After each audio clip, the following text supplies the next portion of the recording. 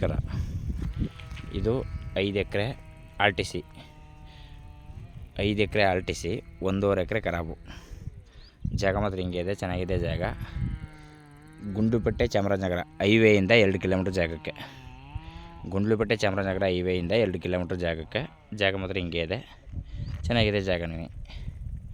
ಇವರು ಎಕರೆಗೆ 18 ಲಕ್ಷ ಹೇಳ್ತಾರೆ. ಒಂದು ಎಕರೆಗೆ 18 ಲಕ್ಷ ಹೇಳ್ತಾರೆ.